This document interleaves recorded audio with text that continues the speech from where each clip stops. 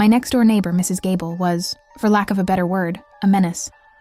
She had this pristine, award-winning garden, and my scruffy but lovable golden retriever, Barnaby, was her sworn enemy. Every time he so much as sniffed in the direction of her precious petunias, I'd get a passive-aggressive note taped to my door. A gentle reminder, leashes are for lawns too. Or my personal favorite, your canine's gifts are not fertilizing my prize-winning roses. The final straw came last Tuesday. I had a huge presentation at work, the kind that could make or break my year. I'd been practicing for weeks. I left the house in my best suit, feeling confident, only to discover that Mrs. Gable had decided to turn on her sprinklers at 7 a.m., not just on her lawn, but angled perfectly to drench my entire front walkway. I was soaked. My notes were a pulpy mess. The presentation was a disaster. That night, stewing in my damp failure, I decided enough was enough. But what could I do? I wasn't going to sink to her level. No, my revenge would be horticultural, and it would be glorious. A quick trip to a very specific, slightly niche online garden store, and a few days of waiting was all it took.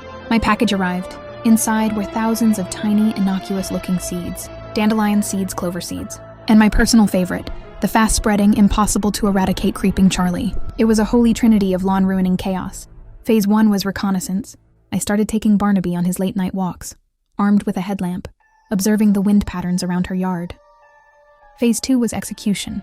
Over the next week, under the cloak of darkness, I became a vengeful Johnny Appleseed. A little sprinkle here by her rosebushes, a puff of dandelion fluff there, near her perfectly manicured hedge. I'd accidentally drop a handful of clover seeds while picking up Barnaby's. Well, you know, I was a phantom of foliage-based fury. At first, nothing happened. I started to think my plan was a dud.